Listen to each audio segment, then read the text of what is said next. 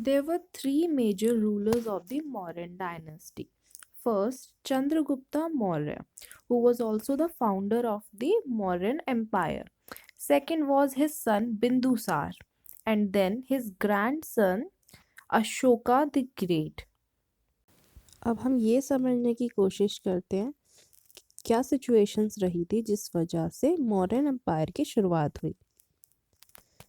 तो चाणक्य एक बार जो नंदा डायनेस्टी के जो रूलर थे धनानंद, उनके पास जाते हैं एक सुझाव लेकर, लेकिन धनानंद उनकी इंसल्ट कर देता है, जिस वजह से चाणक्य बहुत ही ज़्यादा एंग्री हो जाते हैं और वो डिसाइड कर लेते हैं कि अब वो जो नंदा डायनेस्टी है और उनका पूरा एम्पायर, उसको कैसे भी डिस्ट्रॉय ज़रूर करेंगी। हम ये जान लेते हैं कि जब नंदा डायनेस्टी रूल कर रही थी, वो मगध में रूल कर रही थी। मगध जो कि प्रेजेंट डे बिहार वाला एरिया हो गया और पाटलिपुत्रा उसकी कैपिटल थी। उसी टाइम पे जो अलेक्जेंडर, जो एक ग्रीक रूलर था और कॉन्करर था, जिसका बहुत ही बड़ा एम्पायर था, जैसे कि हम मैप में भी देख सकते हैं, काफ़ी सारे कॉन्टिनेंट्स के अक्रॉस फैला हुआ था। उन्होंने भी इंडियन किंगडम्स को इन्वेड करने की कोशिश भी की थी। चंद्रगुप्ता एक कॉमनर होता है। एक बार चंद्रगुप्ता अपने फ्रेंड्स के साथ खेल रहा होता है, तभी चाणक्य की नज़र चंद्रगुप्ता पर पड़ती है और वह समझ जाता है कि यही एम्परर बनने के योग्य है। इसलिए चंद्रगुप्ता को वह चाणक्य अपने साथ ले जाता है और हर तरह की ट्रेनिंग उसे दी जाती है।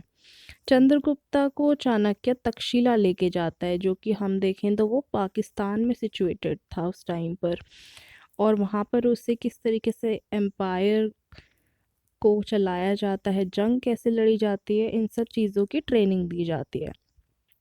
उसी समय हमने देखा कि अलेक्जेंडर जो था, वहाँ पर भी तक्षशिला जो था उसी के अंदर था, लेकिन 2 साल बाद ही अलेक्जेंडर की मृत्यु हो जाती है, जिस वजह से छोटे मोटा जो एरिया है वो उसके जो गवर्नर्स है उनके अंडर आ जाता है और वहाँ पे बहुत ही ज़्यादा उनकी आर्मी वीक हो जाती है, जिस वजह से चंद्रगुप्ता का फ़ायदा होता है और वो छोटी मोटी बैटल्स लड़कर अपना वहाँ पे अपना हिस्सा ले लेता है। और ऐसे ही वो अपनी आर्मी को एक्सपैंड करता जाता है, लोगों की नज़र में आ जाता है और लोगों को अपनी साइड भी वो कर लेता है। अब चाणक्य को ये लग रहा होता है, अब वो तैयार हैं और अब वो नंदा जो एम्पायर है उस पर वो हमला करेंगे। वो हमला करने की कोशिश भी करते हैं। एक बैटल भी होती है जो पाटलिपुत्रा कैपिटल होती है नंदा एम्पायर की, वहाँ पर। लेकिन इस बैटल में वो हार जाते हैं। अब वो यह डिसाइड करते हैं कि वो पहले नेबरिंग किंगडम्स पर हमला करेंगे और ऐसे ही वो कैपिटल पर पहुंचेंगे, और वह इसमें कामयाब भी होते हैं और जो पाटलिपुत्रा है वो अपने अंडर ले लेते हैं।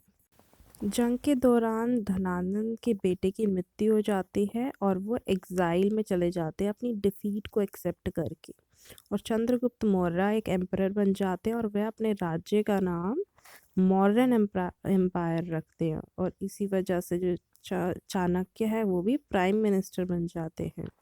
Chandragupta fought many battles after that, and one of the battle was with Seleucid Nicator, who was one of the general during Alexander's conquest and has an Seleucid empire. उसके बाद एक सेल्यूसिड मौर्यन वॉर होती है और जिसमें एक peace treaty बन जाती है सेल्यूकस निकेटर और चंद्रगुप्त मौर्य के बीच में, जिसके बदले में Chandragupta Maurya 500 elephants, war elephants, Seleucus Nicator को दे देते हैं एंड वो बदले में शादी कर लेते हैं सेल्यूकस निकेटर की बेटी से और लैंड भी ले लेते हैं। इस तरीके से वो रिलेशंस को मेंटेन भी करते हैं। इंडिया के मैप में और हम ये देख सकते हैं जो पर्पल वाली टेरिटरी है, यही टेरिटरी है जो सेल्यूकस निकेटस से चंद्रगुप्ता मौर्य ने ली थी। और जो रेड कलर में मार्क्ड है हम वो देख सकते हैं कि जो मौर्यन एम्पायर था उसका ग्रेटेस्ट एक्सटेंट। इस मैप में भी हम देख सकते हैं पूरा जो मौर्यन एम्पायर था वो कितना वास्ट था और सबसे ज़्यादा वो अशोका के अंडर ही एक्सटेंट हुआ था।